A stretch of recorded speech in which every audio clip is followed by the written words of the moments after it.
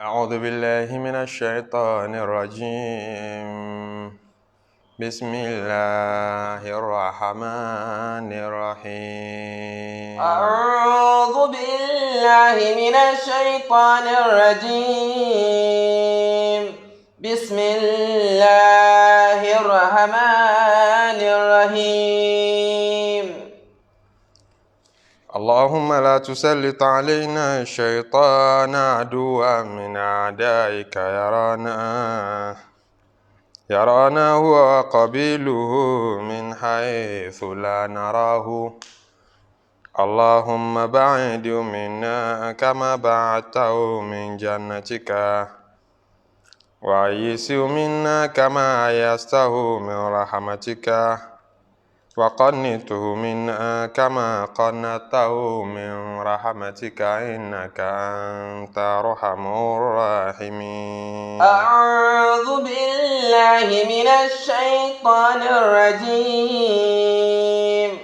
بسم الله الرحمن الرحيم. أستغفر الله سبحان الله والحمد لله ولا إله إلا الله والله أكبر ولا حول ولا قوة إلا بالله العلي العظيم. عدد خلقه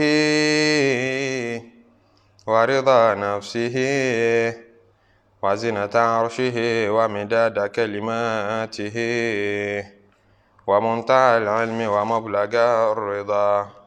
اللهم صل وسلم على سيدنا محمد الشفيع المشفع خير خلق الله، وعلى الأنبياء والمرسلين وآلهم وصحبهم آل الله. أعوذ بالله من الشيطان الرجيم. بسم الله الرحمن الرحيم. صلاة ربي وسلامه على محمد عبد الله. صلاة ربي وسلامه على محمد عبد الله. صلاة ربي وسلامه على محمد عبد الله. صلاة ربي وسلامه على محمد عبد الله. صلاة ربي وسلامه على محمد عبد الله. صلاة ربي وسلامه على محمد عبد الله. صلاة ربي وسلامه على محمد عبد الله. صلاة ربي وسلامه على محمد عبد الله. صلاة ربي وسلامه على محمد عبد الله.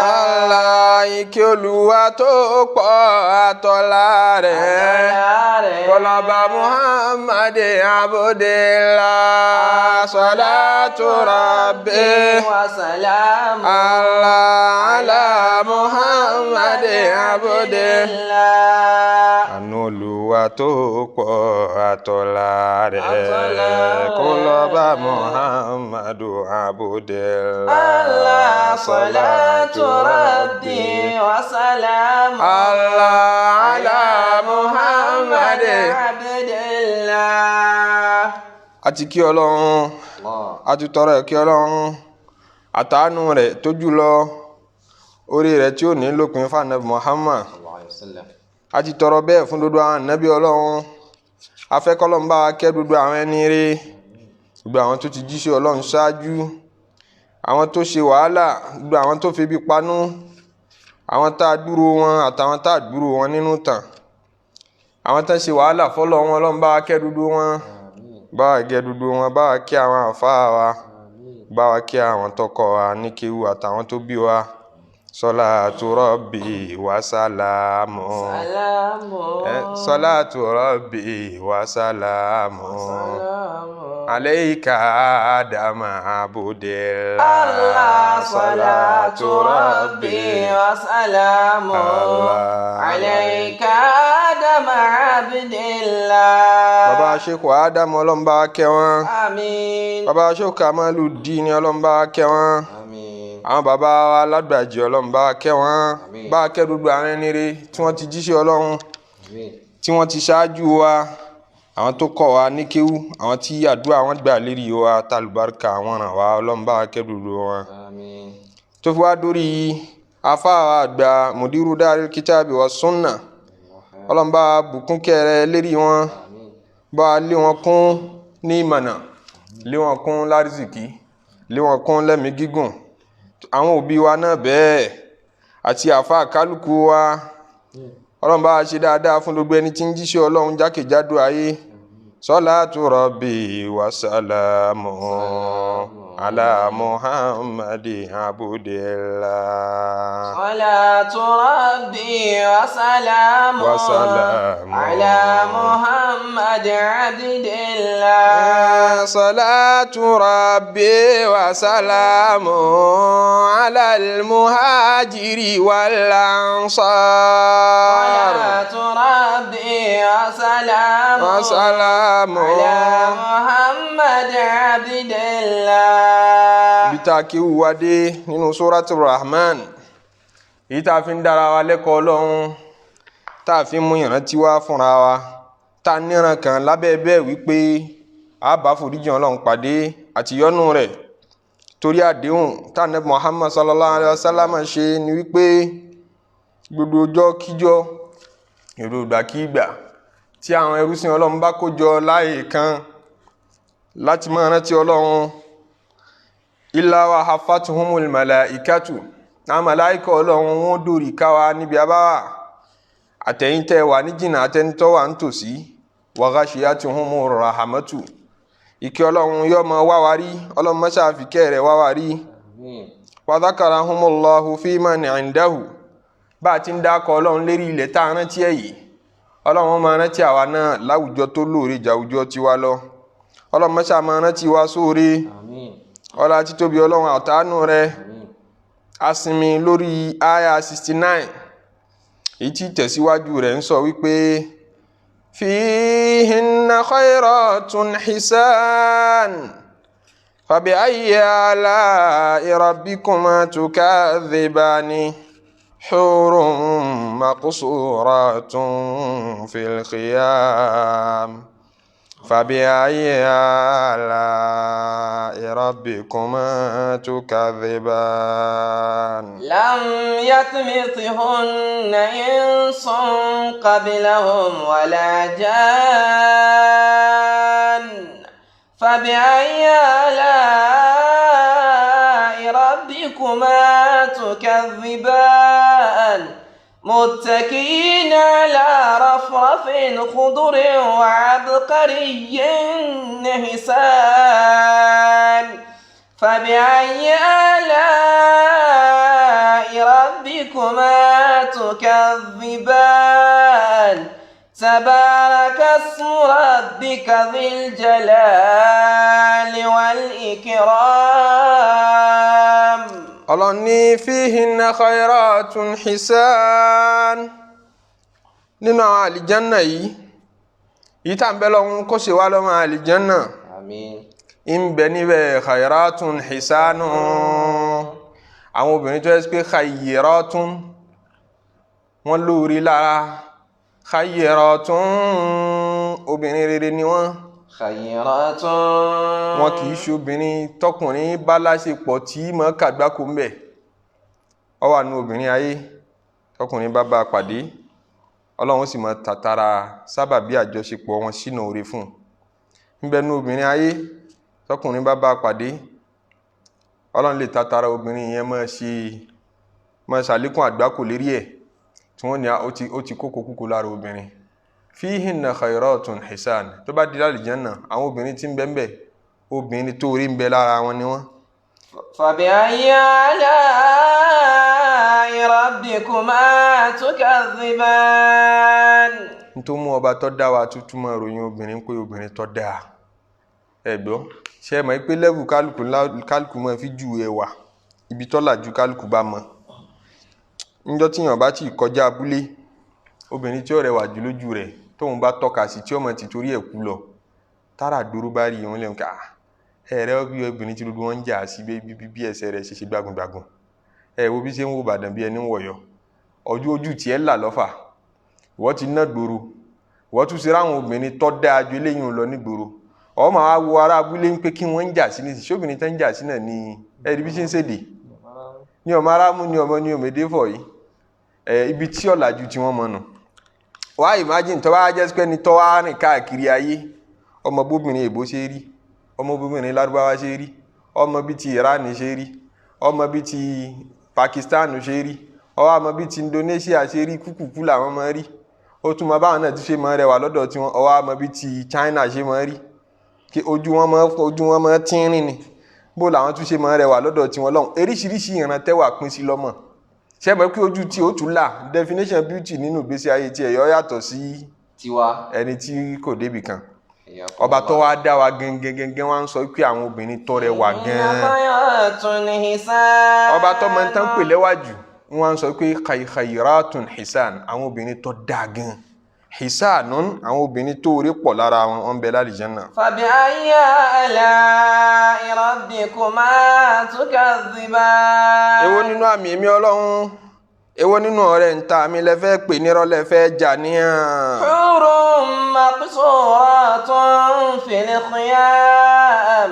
Ọlọ́run náà àwọn obìnrin tí mò ń ròyìn yìí kóbìnrin Àlìjánnà ni wọ́n hurun ẹlẹ́yinjú ẹgẹ́ ni wọ́n àwọn tí wọ́n mọ̀ bá ti wò ntí Lárúbá pè ní huru ẹni obìnrin tẹ́yinjú rẹ̀ bá funfun tẹ́yinjú rẹ̀ sì dúdú ibi tó yẹ kó dúdú ń bẹ dáadáa ibi tó yẹ kó funfun dáadáa kìí ṣe èyí tójú rẹ̀ ń pọ́n kìí ṣe èyí tójú rẹ̀ ti dà hurun yóò mọ̀ wò dáadáa maqsuratun fil khiyam torí pé ẹwà máa wà nínú ẹyinjú tóbìnrin bá fi wò yán gbà míì wọ́n náà mọ̀ pé ẹyinjú má lè lọ́mọ ni àwọn irú àwọn obìnrin bẹ́ẹ̀ ni wọ́n ń bẹ ní Àlìjánnà maqsuratun fil khiyam mọ́ ti wá jẹ́ arẹwà tó mọ́ ti jẹ́ adùnwò lóbìnrin tó wọn kì í ṣajáta obìnrin tí ọkàn máa rìn káàkiri kì í ṣe obìnrin tó ti ná gbára tó ti ná gbòòrò maqsuratun fil khiyam ṣe mọ̀ kí obìnrin tí ń bá ń gbénu létí kì í bá kàn rìn káàkiri tára rẹ̀ expose sóòrùn skin rẹ̀ náà fresh yàtọ̀ kò kàn ní mọ́ burn kì í ṣe obìnrin tó ti kiri ráìsì àtẹ̀wà lọ látàárọ̀ ó ti gbẹ́jẹ́ rẹ̀ gan ti gbóná gbà tó bá súnmọ́ lọ́wọ́ àṣálẹ̀ ọgbọ́n mọ̀ pé bígbà pọ́kùnrin súnmọ́kùnrin ẹgbẹ́ rẹ̀ ni ẹ̀yin méjèèjì ẹ ti jọ dá lára líle ní tá ń pè lóbìnrin afẹ́kára rẹ̀ ọmọ rọ̀ kọ́mọ jọ̀lọ̀ kọ́mọ gbàgbẹ́ abẹ́ ìgbàdàn abẹ́ ìlésọ ibi tá a bá wá palẹ̀ mọ́ fóbìnrin tá a tọ́jú fún pé kọ́mọ jábẹ́ àti bàbà kan tí ó jẹ́ bí ìlésọ abẹ́ ìgbàdàn òun ni khiyam nígbà pàápàá tẹ́ǹtì kan fún àṣẹ kánópì fún Ọlọ́run ní maqsuratun fil khiyam. gbogbo òní wọn gbogbo lílọ bíbọ̀ wọn kọjá abẹ́ ibi tá a palẹ̀ mọ́ fún wọn wọ́n ní khiyam yẹn àlúùlù ni wọ́n fi ṣe òkúta tá à ń sọ pé òkúta precious stone yẹn òun ni wọ́n fi construct khiyam fún wọn tí ó tóbi tí ó nínú tó ṣe é sùn níbẹ̀ wọ́n ń wà níbẹ̀ wọ́n ń gbé wọ́n ń retí èmi àti ẹ tọ́lọ́run bá ṣe wá lọ́mọ Àlìjánnà. fabi ayyi ala'i rabbikuma tukadhiban. àwọn àfọ̀mímọ́ wa ń gbé yẹ̀ wò látòrí àwọn sàhábà nábì wípé nínú àwọn ọmọbìnrin tí ń bẹ l'Àlìjánnà àtàwọn obìnrin ayé ta ni ó rẹwà jù tó bá dijọ́ náà kì í ṣe látàyé ń bí o torí látàyé ń bí kò tí ì ṣẹlẹ́wà wọn kò sẹ́ni tẹ́wà rẹ̀ tó ẹwà wọn nínú obìnrin ayé yìí kò sóbìnrin tó rẹwà tẹ́wà rẹ̀ lè dàbí àwọn obìnrin Àlìjánnà àmọ́ tó bá di pé àwọn obìnrin ayé náà padà wà Àlìjánnà tá a wá tún wọn lára ṣe tí ẹ pé gbogbo biosystem wọn bára wọn bó ṣe ń wọ́ọ̀kì ó ti yí padà sí tayé àti tún wọn dá lọ́hùn ẹni tó darúgbó ti dọmọgé padà ẹni tí ń wo Ìbàdàn bí ẹni ń wọ̀ Ọ̀yọ́ àti balance ẹyinjú rẹ̀ padà òun náà ti di hurun maqsuratun fil khiyam. tá a bá ti wá tún wọn dá ti dúdú wọn ti dé ní ẹwà. àwọn tán bá lálìjẹ́nà tẹ́ sí pé Aljanna-based làwọn àtàwọn tán ń bọ̀ látàyé tán wà àlìjẹ́nà nú àwọn obìnrin ta ní ó wá rẹwà jù. wọ́n ní ọwá nù hadisi tí wọ́n sọ pé innal hura al-'ayna ya'khudhu ba'duhunna bi aydi ba'd. àwọn obìnrin tán bẹ lálìjẹ́nà tí a bá ń bẹ̀ àwọn Aljanna-based obìnrin wọ́n mọ̀ dira wọn lọ́wọ́ mú tó bá dásìkò eré. wa yataghannayna bi aswatin lam tasma' al-khala'iqu bi ahsana minha wala bi mithliha. wọ́n máa wá kọrin tó bá dásìkò eré wọ́n tún máa kọrin. àwọn obìnrin àlìjẹ́nà wọ́n dira wọn lọ́wọ́ mú wọ́n máa wá kọrin wọ́n máa jó. nahnu ar-radiyatu fala naskhatu abada. orin tí wọ́n máa kọnu pé nahnu ar-radiyatu àwa lóbìnrin tí máa yọnu fala naskhatu abada àwa lóbìnrin tí kìí bínú. obìnrin tẹ̀ ní fún lówó oúnjẹ tí ó máa pòṣe lé yín lérí. ṣe ìtẹ́gbẹ́ rẹ̀ ń fún yàn náà nù èló lẹ wá kó kalẹ̀ yìí nísìn. la naskhatu abada àwa lóbìnrin tí kìí bínú ayàtọ̀ sáwọn obìnrin ayé mọ̀nà. wa nahnu al-muqimatu fala nadh'anu abada. àwa lóbìnrin tí máa ṣẹ́kù pẹ̀lú yàn lọ gbére fala nadh'anu abada. ẹni tá a bá ti fẹ́ ẹni wọ́n bá ti fi wá fún nírìn àjò àníbìkan ànílé ọkọ míì tá a tù lọ. nípẹ́ obìnrin ayé kò síbẹ̀ tí lè fẹ́ràn ara yín tó tọ́ ọba ṣaláìsí tó bá fayé lẹ̀ ó lè fi ọkọ míì. ó sì lè gbádùn ọkọ míì tí ń lọ bá òun jù ọ lọ kọ̀tán ọ gbogbo bó ti gbádùn rẹ tó tẹ́lẹ̀ nífẹ̀ẹ́ ara yín ó lè padà túbẹ̀ lómi pàdé tí ó mọ ṣàbámọ̀ pé kò sí jẹ́wọ́ lọ́kọ àkọ́kọ́ fẹ́ mi. tí ó máa wá dúpẹ́ lọ́dọ̀ Ọlọ́run tó mú ọ lọ tóun fi bá ẹnì kejì pàdé. àwọn obìnrin àlìjẹ́nà ní àwa ń tiwa o muqimatu ni wa. ọkùnrin tá a bá ti fẹ́ la nadh'anu abada a máa fẹ́ lọ gbére ni kò lópin. wa nahnu al-khalidatu fala namutu abada. àwọn obìnrin àlìjẹ́nà a máa bẹ lọ gbére ni la namutu abada àwa kì í kú àwa kì í gbó àwa kì í ṣá ẹwà wa kì í ṣá pé ó ti dàgbà. ẹ lọ sẹ́ńpẹ́ yìí ti dàgbà ẹ jẹ́ káwọn ọmọ yìí máa ràn yín lọ́wọ́ yá àbí ntọ́kùnrin fífẹ́ kejì fẹ́ kẹta kọ́ pé ẹ̀yin ti dàgbà ẹ jẹ́ káwọn ọmọ kéékèèké máa ràn yín lọ́wọ́. àwọn ò ní dàgbà dépò ń pa dòdò dépò ń pa wà kú. wa nahnu an-na'imatu fala nay'asu abada. àwa la máa jọlọ ní gbogbo ìgbà àwa la máa jọlọ ní gbogbo ìgbà wala nay'usu abada. a ní fìgbà kan gbó a ní fìgbà kan dàgbà tí wọ́n á ní kò sẹ́wà lára wa mọ́ kò ní rí bẹ́ẹ̀. wa nahnu khayratun hisan. àwa lọ́lọ́run ròyìn inú al-Qur'ani tó pè ní khayratun hisan tó ní fihinna khayratun hisan. ń bẹ láwọn àlìjẹ́nà táwọn ròyìn yìí àwọn ọmọbìnrin tó yẹ pé wọ́n dá gan wọ́n dẹ̀ rẹwà gan. habibatun li azwajin kiramin. habibatun afìfẹ́ hàn ni wọ́n olólùfẹ́ obìnrin ni wọ́n. obìnrin míì kan wà nílé ọkọ ni òun náà mọ̀ pé òun kàn fẹ́ ní baálé ilé ṣá òun sì fẹ́ ní adé kan lórí kì í ṣe pé òun rí lè nífẹ̀ẹ́ rẹ̀ tó bá wọn. àwọn obìnrin tẹ́ máa ń nífẹ̀ẹ́ ọkọ àwọn rúùtù abọ́kọ kú làwọn obìnrin àlìjẹ́nà tí wọ́n máa ń ní tí wọ́n tà á tán sọ́mọ ọkọ pátápátá tí wọ́n sì máa bá ṣe máa fi lọ́ọ̀vù pa ọkùnrin làwọn obìnrin àlìjẹ́nà tí wọ́n wà romantic tán ọmọkùnrin bá ṣe rí. bó níyàwó àyè ṣe ròyìn wọn nù rìn ó ní kí ibùtọ̀ tó ń ka àwọn bón tí fúlà tó ń la àwọn bón kíní kan nínú fàwákìú tí fúlà tún là àwọn bó ọmọ kékeré ni wọ́n lóbìnrin làwọn bó wọn mèrè bọ́kọ́ ṣe ó níwà pẹ̀lú wọn kọ́ ọmọ wà bọ́ọ̀dì àwọn ọmọ tí wọ́n mọ̀ mú ọ lára yá ní gbogbo ìgbà wọ́n ròyìn ara wọn kí báwọn ṣe rí nù habibatun li azwajin kiramin. fáwọn ọkùnrin rere àmọ̀ jẹ́yàwó fáwọn ọkùnrin rere lálìjẹ́nà. Imam Tirmidhi ni wọ́n lọ gba hadith ni wá. wọ́n ní yàwó Aisha wa ń sọ pé radiyallahu anha innal hura al-'ayna àwọn obìnrin àlìjẹ́nà tán bá ti idha qulna hadhihi al-maqala tán bá ti sọ̀rọ̀ yìí tán ti ń yẹra wọn tán kọrin tán ń yẹra wọn kí bákan làwọn jẹ́ dodo ń ta kálẹ̀ yìí. ajabahunna al-mu'minatu min nisa'i ahli dunya. àwọn obìnrin rere tí wọ́n fayé kírun tán fayé gbààwẹ̀ tán fayé ṣe sàárà nínú àwọn obìnrin ẹ̀yin obìnrin rere tẹ̀ ń gbọ́ wá sí tẹ̀ ń lo wá sí lóru rà tẹ̀ bára àlìjẹ́nà wọ̀ ẹ máa wá fèsì fún wọn wípé. nahnu al-musalliyatu wa ma sallaytunna.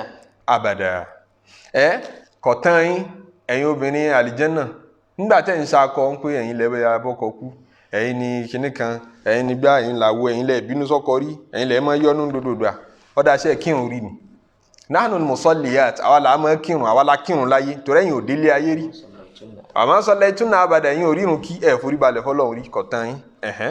wa nahnu as-sa'imatu wa ma sumtunna abada. níjọ́ táwa ń bẹ láyé àwa gbààwẹ̀ fọlọ́run ẹ̀yin obìnrin àlìjẹ́nà bá ti pọ́n yín lé tó fẹ́ ti kàràmọ̀ yín tó ṣe gbààwẹ̀ rí ni ẹ̀ gbààwẹ̀ fọlọ́run rí.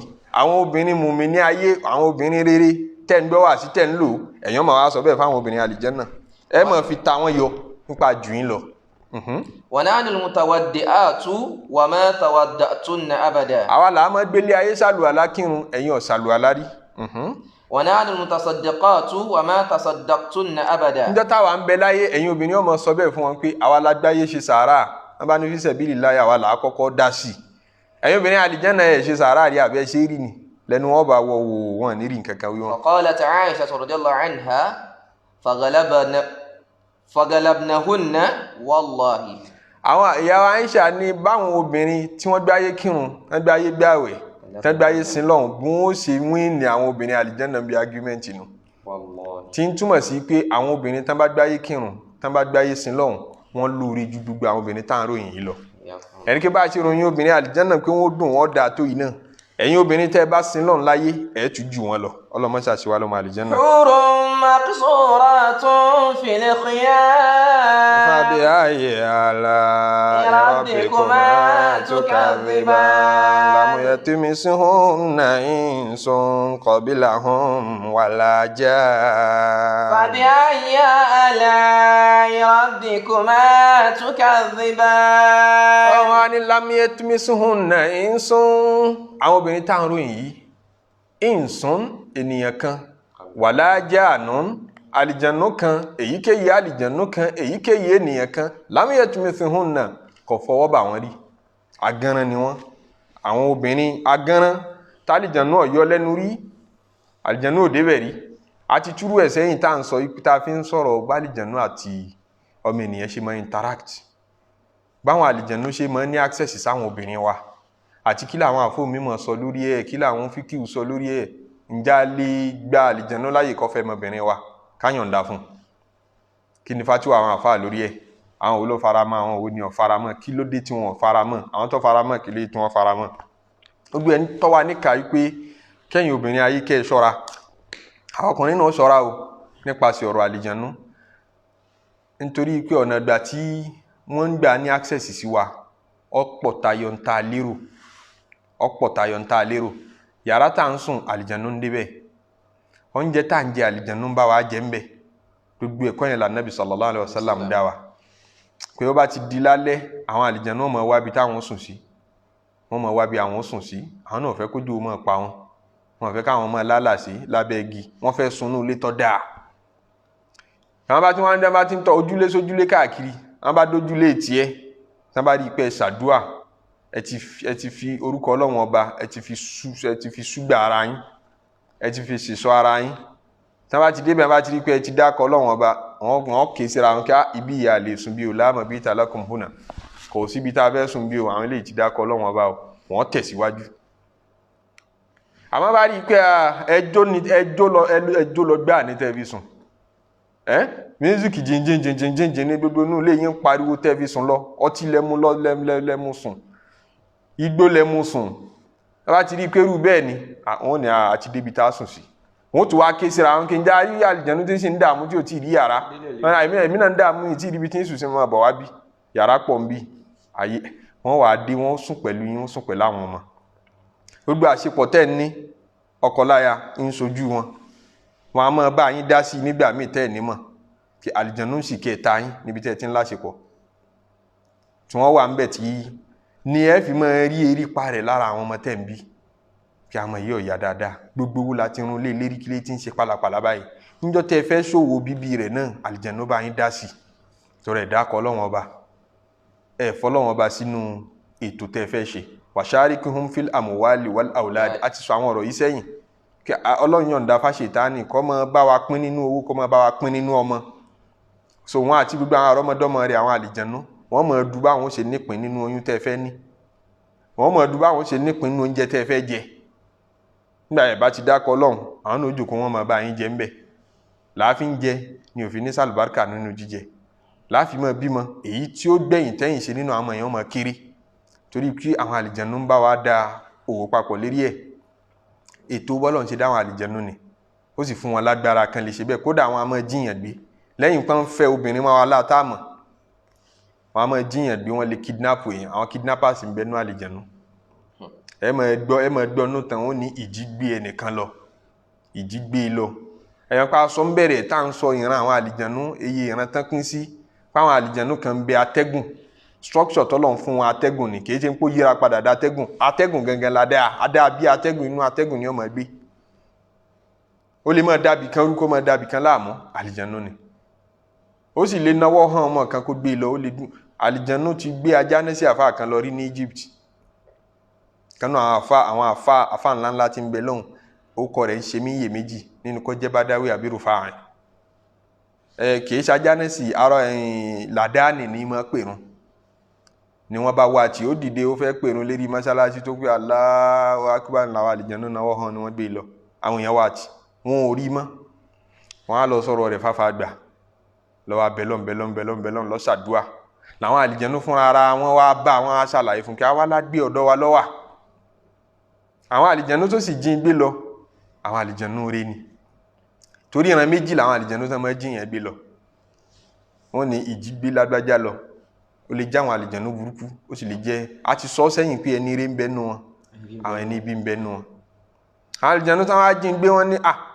àfa à ń gbádùn ẹ̀kú ohun rẹ̀ gbádùn la fi gbé torí àlìjànú láìkí ohun dúdùn ìlú nkí ohun pé kódà lọ́ọ́lọ́ tá à ń bá yín sọ̀rọ̀ Kùránì ní ń kà fún wa ní ibi tá a wà lọ́hùn àfa ẹ wà á dá a padà tọ́ra wa náà ń gbádùn Kùránì rẹ̀ ń bí ẹ dá a padà ó sì níyàwó ọlọ́mọ ó láwọn tí ó fún lówó oúnjẹ so àwọn àlìjànú mọ́ gbé èèyàn àwọn tán bá sì gbé tó bá yẹ pé àlìjànú rẹ̀ lẹni tó gbé wọn kọ́ ní nǹkan tó dáa kó tó padà wá wọn lè kọ́ ní mímọ̀ ẹ̀sìpẹ́ ẹ̀ ní àwọn akẹ́kọ̀ọ́ lọ́lé kí ó kọ̀ lọ́bì kan kó tó di pé kíní gbé lọ nígbà tí ó bá padà dé yóò ti dà fàgbà yóò mọ nǹkan tó pọ̀ gan tó ṣàǹfààní ó kó sọ́wọ́ àwọn àlìjànú rẹ̀ nù èyí tó bá kó sọ́wọ́ àwọn àlìjànú burúkú ní tí ó fi bá ti ń jẹ́ wọn kọ̀ọ̀kan tó jùlẹ̀ ìyẹn tó bá kọ́ apá bá tiẹ̀ padà jùlẹ̀ wọ́n kọ́ lóògùn wọ́n kọ́ lásàsí wọ́n kọ́ ní iṣẹ́ téwé àti gbogbo nǹkan tó lè fi báyé jẹ́ ni wọ́n kọ́ tó bá dé gbogbo àwọn ológun ayé òmùtì wọ́n ní ìjì ti gbé lọ ó ti bá àlìjànú múlẹ̀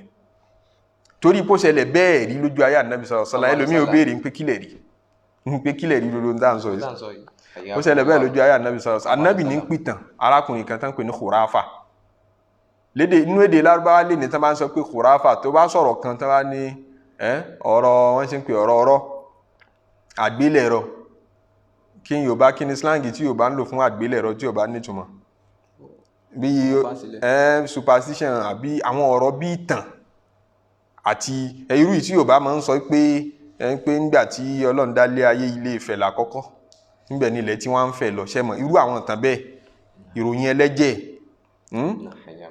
o tí Lárúbá bá fẹ́ ju irú nǹkan báwọn ò ní khurafa ni ìtàn tá a hun ẹ mọ̀ gbádùn yọ mọ̀ dùn mọ́ yín tẹ́ bá ń gbọ́ àmọ́ kò ba ìlà ká ìmú ó jìnà sí reality ó jìnà sí kójú òótọ́ Ànábì sallallahu wa ń sọ fún wọn pé ǹjẹ́ tí ẹ mọ̀ pé wọ́ọ̀dù khurafa yìí kìí ṣe rọ́ gangan ní jẹ́ bẹ́ẹ̀ arákùnrin kan ní jẹ́ bẹ́ẹ̀ tẹ́lẹ̀tẹ́lẹ̀ rí àwọn àlìjànú wọn gbé lọ ìgbà tó wá dé yọ máa wá fáwọn èèyàn ní làbárì léríṣiríṣi táwọn èèyàn máa lanu bí kó lóun wà nísàlẹ̀ odò láì mọ iye ọdún kan àlìjànú kan bẹ nísàlẹ̀ odò nígbà tó wá rí báyìí mọ̀mí wọ̀tá kan wá rí bákan kíní kan balógun àwọn àlìjànú nínú gbó kíní kan wá rí bákan yọ máa wá fún yín làbárì oríṣiríṣi tó jìnnà sí làákàyè ìgbà tí ń fáwọn èèyàn ní làbárì yẹn àwọn làbárì tó bá fáwọn èèyàn làwọn èèyàn wá ń pè ní àkàbárù khurafa àwọn information tó wá látọ̀dọ̀ khurafa àkàbárù khurafa ló bá fi padà di khurafiyat àwọn nǹkan tí khurafa máa ń sọ nínú èdè Lárúbáwá lè ní sábà tí ní khurafa irọ́ ní jẹ́bẹ̀ wọn wulẹ̀ tí ẹ fi rí fáàsẹ́ ní tí olórúkọ yẹn mọ́ so yìí ti ń jẹ́ example pé àlìjànú lè gbé èèyàn lọ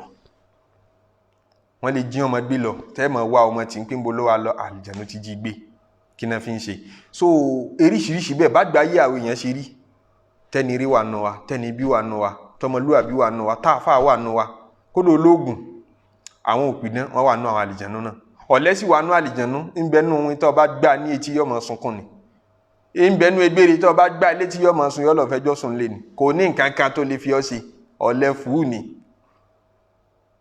ń sì ń bẹ nú wọn tó lágbára ń bẹ nú wọn tí ó ṣẹ̀ṣẹ̀ mú ọkọ rẹ̀ lọ sọ́dọ̀ àwọn ológun tí wọn náà pé ọmọ yìí ṣe nǹkan báyìí fún mi mo fẹ́ kẹ́ ẹ bá mi so kì í ṣe dúdú wọn lálágbára kì í sì ṣe dúdú wọn lọ́lẹ kì í ṣe dúdú wọn lólówó lọ́wọ́ kì í ṣe dúdú wọn láláìní kì í ṣe dúdú wọn lóní mímọ̀ kì í ṣe dúdú wọn lólódò wọn wọnú ara wọn ni.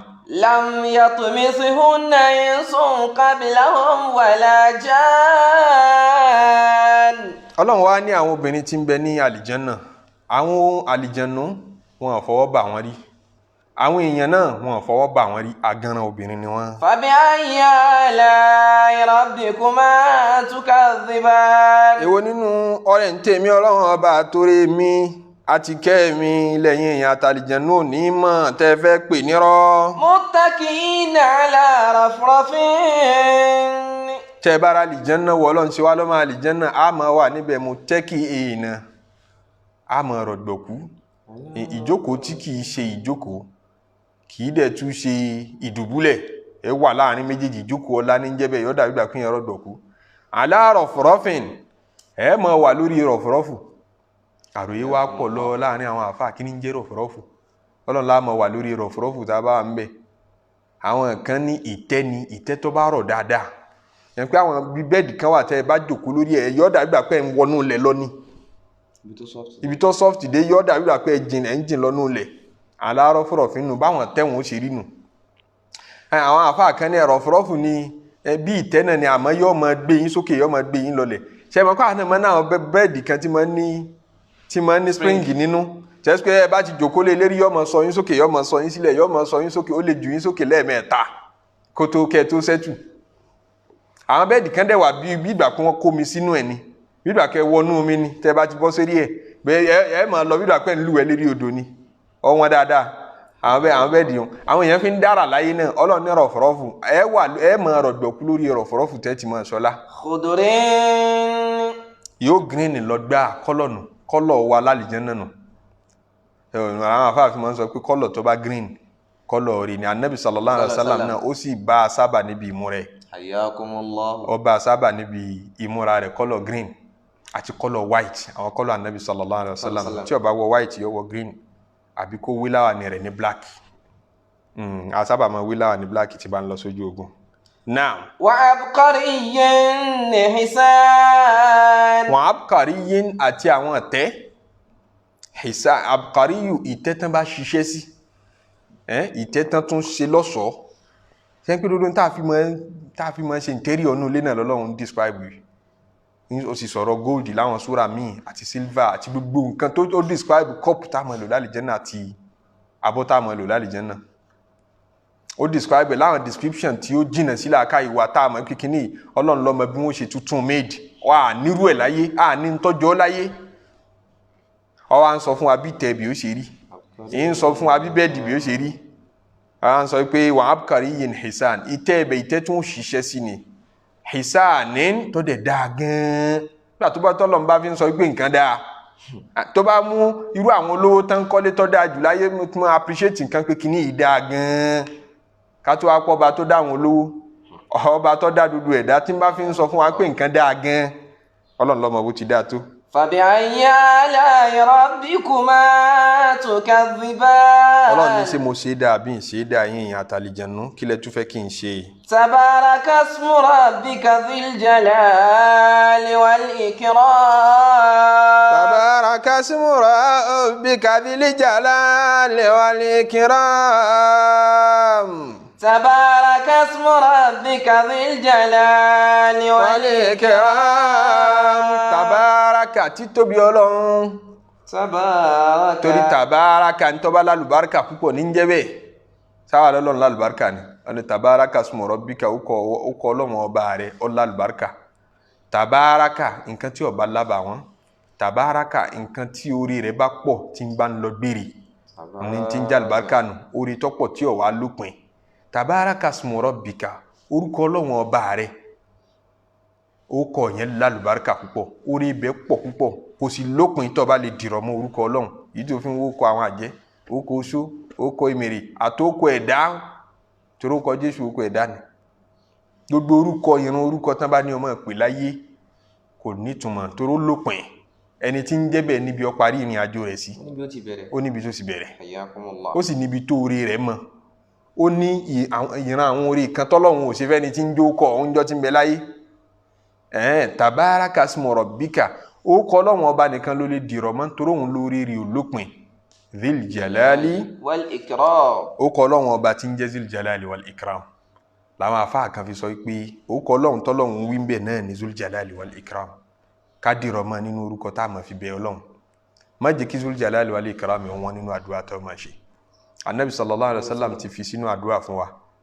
tá a bá kírun tán allahumma anta salamu wa minka salam tabarakta ya dhal jalali wal ikram títóbi Ọlọ́run tó ń jẹ́ dhal jalali wal ikram ó gbọ́dọ̀ jẹ́ wọn nínú azikiri rẹ̀ tí ó bá sin be títí lọ fi síbẹ̀ dhul jalali wal ikram anabi sọ pé alidhu bi ya dhal jalali wal ikram etenpelemo eteramo ke mo na tí Ọlọ́run ke mo pè lórúkọ rẹ̀ tí ń jẹ́ dhul jalali wal ikram torí gbogbo orí pápátá ti wà ní orúkọ gbogbo aburú tó fẹ́ sá fún láyé ó ti wà ní orúkọ yẹn Zul Jalali mo pè wọ Ọlọ́run ọba tó gbọngbọn mi ní dìmọ́ ẹ kẹ́nìkan orí mi ṣe láburú wal ikrami ọba tí gbogbo rẹ̀ kún sọ́dọ̀ rẹ̀ yẹn ni pé mi ní dìmọ́ orúkọ Ọlọ́run ọba kó rí ọwọ́n mi ìtumọ̀ rẹ̀ nù alidhu bi ya dhal jalali wal ikram ẹdúnnímọ̀ okọ̀ Ọlọ́run tí ń jẹ́ Zul Jalali wal ikram èyí ni ó máa jẹ́ sípa ti sọ̀kalẹ̀ Surat al-Rahman ọlọ́mọṣá gbà lọ́wọ́ wa o ọlọ́mọṣá gbà lọ́wọ́ wa o ọlọ́mọṣá gbà lọ́wọ́ wa o kíké tá ké súra yìí láti bẹ̀rẹ̀ Ọlọ́run a fi tọrọ kẹwọ́ Ọlọ́run ọba a fi tọrọ àánú Ọlọ́run ọba a fi tọrọ àforíjìn Ọlọ́run ọba ọlọ́mọṣá àforíjìn wa ọlọ́mọṣá kẹwà ọlọ́mọṣá gẹ̀wà a ní ṣàì mọ́ ní àwọn àṣìṣọ gẹ́gẹ́ bí ènìyàn àmọ́ ṣìṣọ́ ọlọ́mọṣá àforíjìn wa gbé tá bá ṣìṣọ́ ń bẹ yá fi wa ọlá kẹwọ́ Ọlọ́run ọba ọlá àforíjìn Ọlọ́run ọba ọlá pé ìkẹ́ rẹ̀ ó ju àṣìṣe wa lọ àánú rẹ̀ ó ju àṣìwí wa lọ mọ́ṣá àforíjìn wa orí tá wá ń béèrè lọ́dọ̀ Ọlọ́run ọba èyí tó já jù lọ ń bẹ òun náà ni orí ìsìláàmù yìí mọ́gbà lọ́wọ́ wa o jẹ́ apẹ́ ní díẹ̀ bẹ́ni ó já parí ìrìn àjò wa sí járí ìfilọ́mọ lọ́wọ́ àwọn ìyàwó wa àwọn ọkọ wa àwọn bàbá wa gbogbo ẹbí wa ìsìláàmù yìí náà ni ó fi kẹ́ wa lọ́jọ́ ogbó wa ìdí ìmánì ní ká kú sí Ọlọ́run ṣe wá lọ́mọ àlìjẹ́nà má ṣe wá lọ́mọ náà o má fi àná jẹ wá má jẹ wá ń yà látàyé má jẹ wá ń yà tó bá dijọ́ àlùkìyàmọ̀ tá a bá dénú sàárè Ọlọ́run má jẹ́ àrí ìnira ń bẹ̀ jẹ́ á bá ìdẹ̀kùn ń bẹ̀ jẹ́ á bá dúgbà àdúrà níbẹ̀ ọlá títóbi wọ Ọlọ́run fi wá sínú sáfù àwọn ẹni rere kódà bá lè ṣiṣẹ́ tó wọn fi wá sínú sáfù àwọn ànábì Ọlọ́run fi wá sínú sáfù àwọn tí ó jẹ́ first class tí wọ́n rí yọ́nú Ọlọ́run ọba tó ga jù já lè wùwá rí já lè ṣiṣẹ́ rí tá a fi bá yọ́nú Ọlọ́run ọba pàdé ẹ̀ṣẹ̀ ó kéré ó tóbi jẹ́ ọmọ ní wá lára àti ṣe wọ́n jẹ́ ọrọ̀run fún wa àti ṣe o gbogbo èyí tó lẹ̀ mọ́ kálukú láti kálukú wá bí ó ti já dànù Ọlọ́run jẹ́ ọ̀rọ̀ wa lọ́rùn àti túbà fún wa láti túbà ká tó kú ṣùgbà túbà wa lọ́wọ́ wa ọlá ti tóbi wọ Ọlọ́run ọlá àánú Ọlọ́run àwa béèrè àzìkí Ọlọ́run fún wa lázìkí má jẹ́ a fi àìsàn ló gbà má jẹ́ a fi àìrí jẹ àìrí mu ló gbà Ọlọ́run kẹ́ wa nídìí irun yìí náà nídìí àwẹ̀ nídìí Islam nídìí al-Qur'an Ọlọ́run jẹ́ a máa rí jẹ jẹ́ a máa rí mu jẹ́ a máa rí ṣe gbogbo ara bá ń gbé bùkátà síwájú kí mo fẹ́ ṣe báyìí tó jẹ́ torí Ọlọ́run máa fún wa ṣe má lè wa dídì ẹbọ kí bùkátà owó tó bíyà má lè wa dídì àìmọ́lọ́run kọ́rọ̀ owó tó yanjú ọlá títóbi Ọlọ́run gbogbo ẹni tí ń wọ́nà nínú Ọlọ́run ṣínà fún wọn ẹni tí ń wá ṣe Ọlọ́run fún wọn níṣẹ́ àlùbáríkà gbogbo àtà fẹ́ san gbèsè Ọlọ́run bá wa san ọlá títóbi Ọlọ́run ọlá àánú Ọlọ́run ọlá títóbi àwọn àfáà tán akọ́ wa ń kíw Ọlọ́run bá aṣàlékún rere fún wọn bá aṣàlékún rere fún wọn mudiru daril kitabi wa sunna Dr. Abdulkadir Salman Ọlọ́run bá alékún rere wọn gbogbo dáadáa tẹ́ bá ń gbọ́ lẹ́nu wa àwọn Ọlọ́run fi ṣe sábàbí rẹ̀ Ọlọ́run bá alékún ẹ̀mí gígùn fún wọn gbogbo tó jáde lára tiwọn náà lọ́mọ Ọlọ́run bá wa kẹ́ wọn Ọlọ́run bá wa gẹ̀ wọ́n sí wọn lẹ́ni ńlá sí wọn láàfáà súnà ọlá títóbi Ọlọ́run àtàánú ẹ̀ àwọn òbí wa bàbá Sheikh Daud Alfanla Ọlọ́run bá ṣàlékún dáadáa fún wọn àwọn màmá wa gbogbo àwọn òkú wa tó ti lọ bàbá wa ẹlẹ́hàá Ọlọ́run bá wa kẹ́ wọn bá wa gẹ̀ wọ́n àti gbogbo àwọn àfáà pàápàá gbogbo wọn la fi sínú àdúrà Ọlọ́run bá wa forí rántí wọn gbogbo àwọn tó ń fàdúrà ràn wá lọ́wọ́ Ọlọ́run bá gbàdúrà gbogbo yín náà gbogbo ẹ̀yin ẹni ire tí ẹ fi mọ̀ràn ràn wá lọ́wọ́ ìmọ̀nà làwọn ẹlòmíì fi dá sínú ìgbésí ayé wa Ọlọ́run bá wa dáadáa tó jù bẹ́ẹ̀ lọ padà fún yín àwọn tó fowó ràn wá lọ́wọ́ nípa ẹkúṣẹ́ ń bẹ náà àrùn Ọlọ́run kódà oṣooṣù yóò sẹ́ndì 10,000 ẹni oṣooṣù ẹnìkan sẹ́ndì 20,000 pé níjọ́ kan tí dátà tán tá à ń ṣe tafsiri lọ yá last year náà kọ́ ni Suratu Yusuf ńlẹ́rú ọlọ́run ọba kan láti Amẹ́ríkà kò ní dùn mọ́ kí n dákọ̀ ájú ọ̀sẹ̀ oṣooṣù báyìí wọ́n ṣá sẹ́ndì owó kan pé ẹ máa ra dátà ọlọ́mọṣà bá àbùkún yín bá ibi tẹ́ ti mú kọ́mọ̀ tán o láti tóbi ọlọ́run ọláàánú ọlọ́run à ń bọ̀ wá ṣàdúrà fún gbogbo ẹ̀yin tẹ́ bá wa dá sí kíni Dar al-Nur àdúrà general wọn là á sì ń ṣe lọ́wọ́ yìí gbogbo mo fẹ́ wa tójú orí ọlọ́run bá wa fẹ́ mọ́kọ̀mọ́kọ̀ ọlọ́run bá wa kọ́ èyí tó jájú nínú orí kọ́ mọ́ fi ṣọ́ rẹ̀ ṣọ́ wa aburú pọ̀ ń ta èyí tá a fojú rí èyí tá a fojú rí èyí tá a gbúrò èyí tá a gbúrò nínú aburú ọlọ́mọ fi wá ṣàpèjúwe burúkú àtàwọn ọmọ wa àtàwọn aya wa àti gbogbo ń tọrọ mọ́ wa kódà àtàwọn nǹkan ní wa ọlọ́mọ bá wa dáàbò bò wá lóru àtọ̀sán wọlé àti tóbi ọlọ́run kidnapping ìkún Nàìjíríà bá ọlọ́mọ jẹ́ nípìn bẹ́ẹ̀ o wọ́n jẹ́ àwọn olólùfẹ́ wọ́n nípìn bẹ́ẹ̀ àti gbogbo orú iye ìrántá aburú pín sí aburú àṣàṣì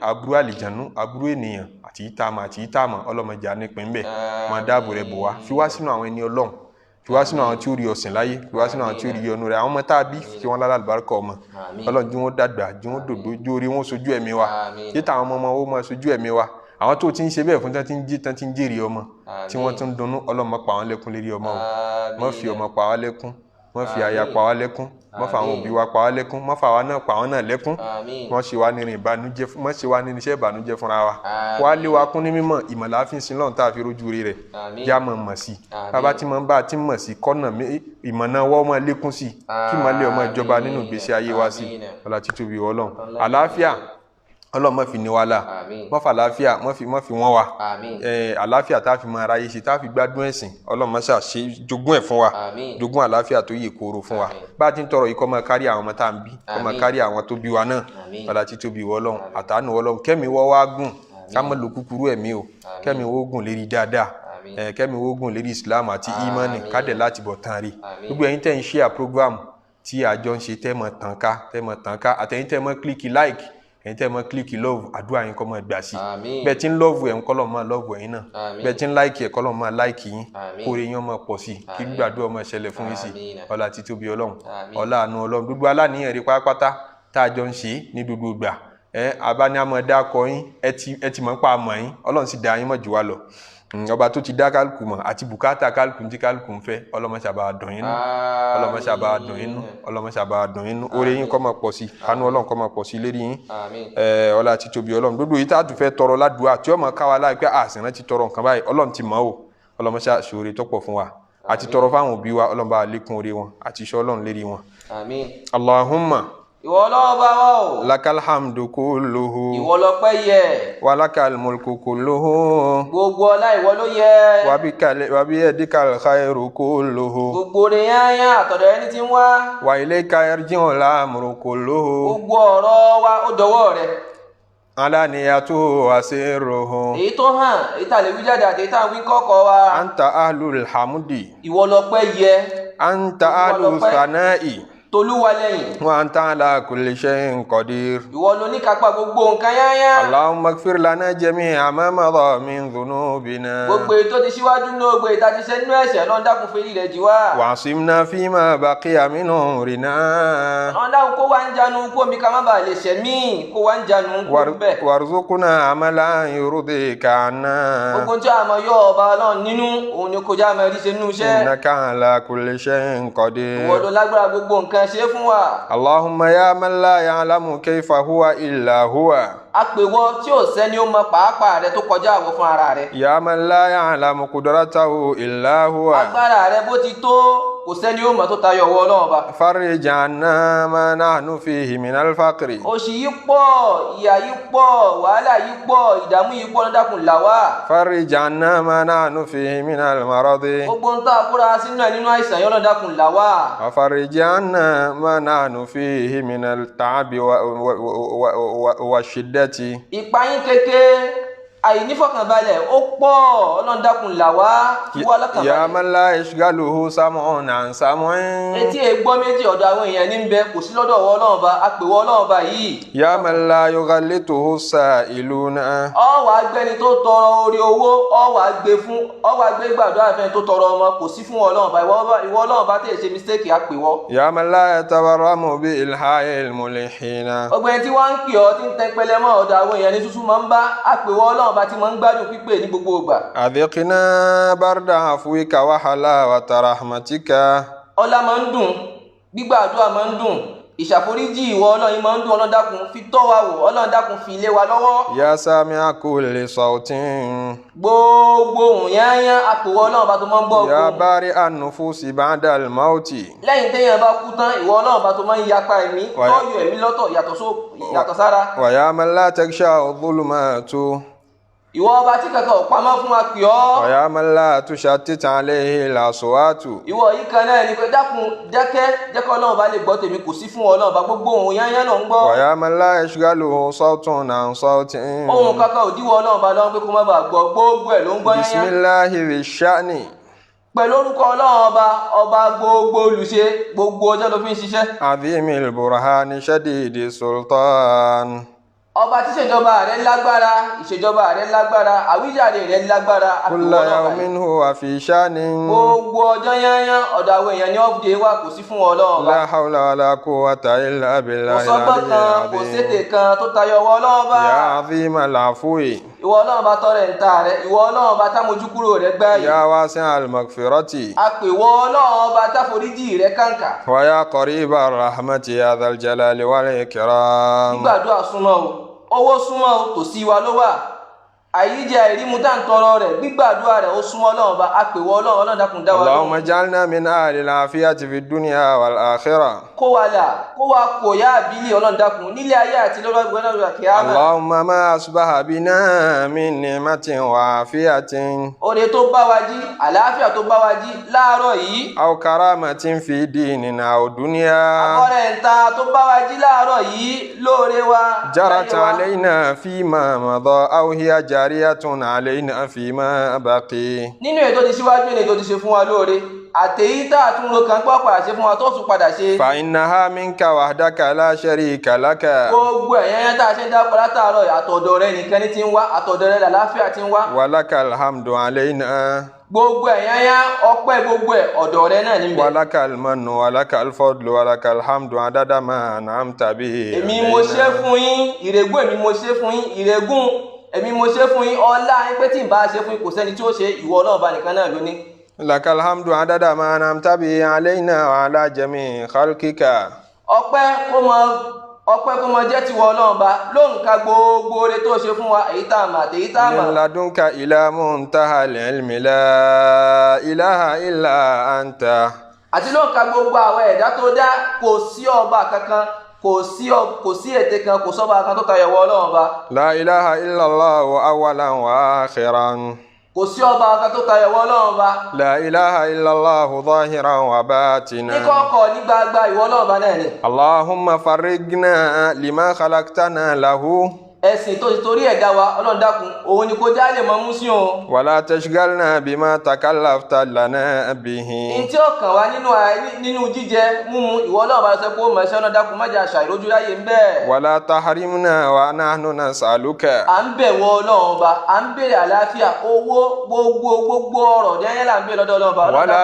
Wala tu'adhibna wa nahnu nastaghfiruka. ẹ̀ṣẹ̀ yìí pọ̀ àìṣètò yìí pọ̀ Ọlọ́run dákun ṣàforíjì fún wa má fìyà jẹ wá. Hamim tanzilul kitabi minallahil azizil alim. sísọ̀kalẹ̀ tírà rẹ̀ iyì ni àtọ̀dọ̀ Ọlọ́run bá náà ló ti wá. Ghafiri dhanbi. ìwọ Ọlọ́run bá tó ń ṣàforíjì gbogbo ẹ̀ṣẹ̀. Ighfir lana dhunubana. ṣàforíjì ẹ̀ṣẹ̀ wa o. Wa qabilit tawbi. gbogbo ẹni tí ń tútúbá láyé ìwọ Ọlọ́run bá ni wọ́n ń gba tútúbá rẹ̀. Iqbal tawbatana. àpèwọ Ọlọ́run bá ti ń gba tútúbá dákun gba tútúbá wa. Shadidil iqabi. ìyà rẹ̀ mọ̀ lágbára. Ufu anna. Ọlọ́run ṣàforíjì rẹ̀ fún wa. Bitawli tul alayna bi khairin kathirin. oore rẹ̀ pọ̀ lọ́dọ̀ Ọlọ́run bá Ọlọ́run dákun fóore rẹ̀ wá wa rí. Subhanal wahidil ahadi. mímọ́ rẹ̀ Ọlọ́run bá ọba kan ṣoṣo. Alladhi laysa ghayruhu ilahun. kò sí ọba kankan tó tayọ ọwọ́ Ọlọ́run ọba. subhana daimi alladhi la nafada lahu. mímọ́ rẹ̀ Ọlọ́run ọba tí ó mọ gbẹ lọ gbére tí ò ní parí. subhana alqadimi alladhi la bada lahu. mímọ́ rẹ̀ Ọlọ́run ọba tó ti ń bẹ lọ ọba tí ti ń bẹ tipẹ́tipẹ́ tí ò ní bẹ̀rẹ̀. subhana alladhi yuhyi wa yumitu. ọba tí ń pani ọba tí ń yeni mímọ́ rẹ̀ Ọlọ́run ọba. subhanallahi kulla yawmin huwa fi shanin. ọba tí ń fi gbogbo ojúmọ́ ṣiṣẹ́ tí ò ní gbàgbé tí fi ń sinmi mímọ́ rẹ̀ Ọlọ́run ọba. subhanallahi khalaqa ma yura wa ma la yura.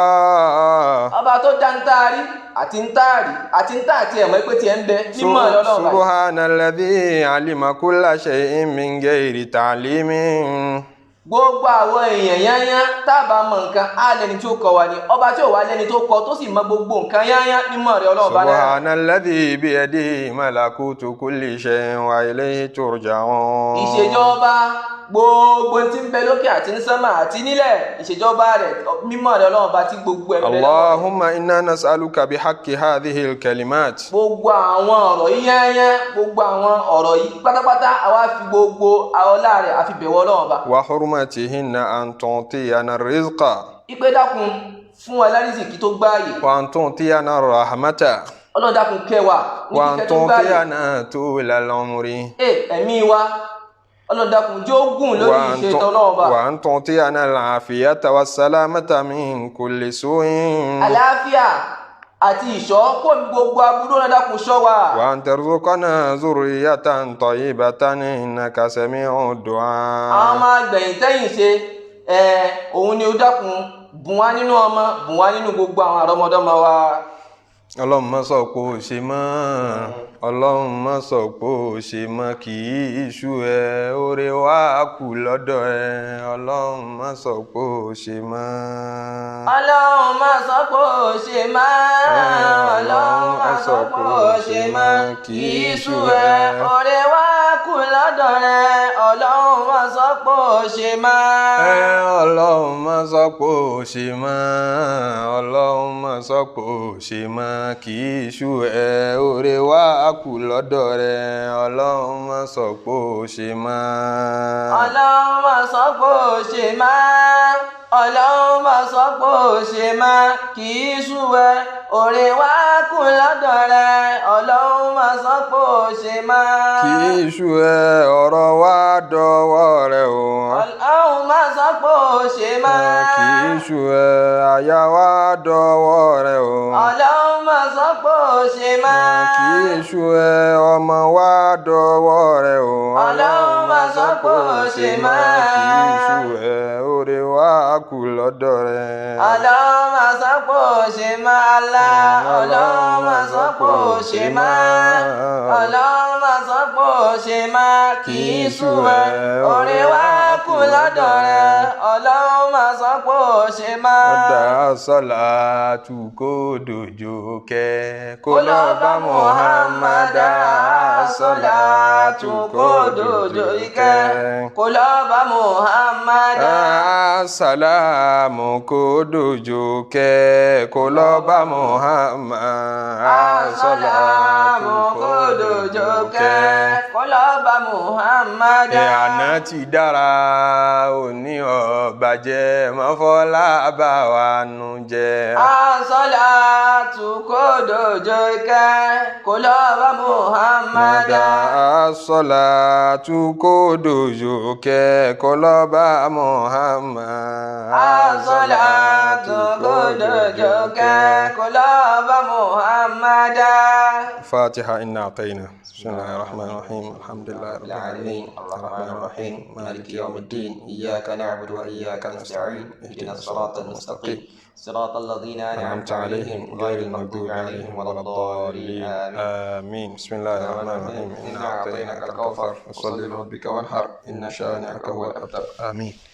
adúpẹ́ lọ́dọ̀ Ọlọ́run alhamdulillah adúpẹ́ lọ́dọ̀ Ọlọ́run ọba tó ní ká sọ̀kalẹ̀ ayọ̀ Ọlọ́run já túrò ire tó pọ̀ bẹ́ẹ̀ ṣe o àmín kò sì máa gbà á lọ́wọ́ adúrú ìgbà tá a bá ti ń ṣe àmín. èyí tí a fẹ́ fi káyìn rẹ̀ fún gbogbo jàmá a fẹ́ dúpẹ́ pàtàkì fún gbogbo ẹ̀yin ẹrúsìn Ọlọ́run lábẹ́ bẹ́ẹ̀ àsìkò tún sí yọ́ọ̀lẹ̀ fún ẹ̀yin tẹ́ bá fẹ́ pè wá wọlé ká gbọ́ ẹ̀yin lẹ́mọ́ gbọ́hùn wa gbogbo ẹja náà gbọ́hùn ẹ̀yin náà ká gbọ́hùn ara wa ká kíra wa Ọlọ́run jẹ́ kí orí wọn máa pọ̀ sí. A fẹ́ dúpẹ́ fún gbogbo àwọn tí wọ́n ràn wá lọ́wọ́ lérí mọ́ṣáláṣí tá à ń ṣe Dar al-Nur tí a bẹ̀rẹ̀ láti September last year láti bẹ̀rẹ̀ sí ní ṣiṣẹ́ foundation rẹ̀ September 2021 ìgbà tó di mo rò pọ̀wọ̀ November la tó announce lórí social media pé ẹni tí ó bá ràn wá lọ́wọ́ gbogbo àwọn àti parí German floor already ni àwọn èèyàn wá bẹ̀rẹ̀ sí ní máa ràn wá lọ́wọ́. Àwọn èèyàn ṣe gudugudu méje yàyà mẹ́fà wọ́n gbìyànjú Ọlọ́run bá san yín lẹ́san lórí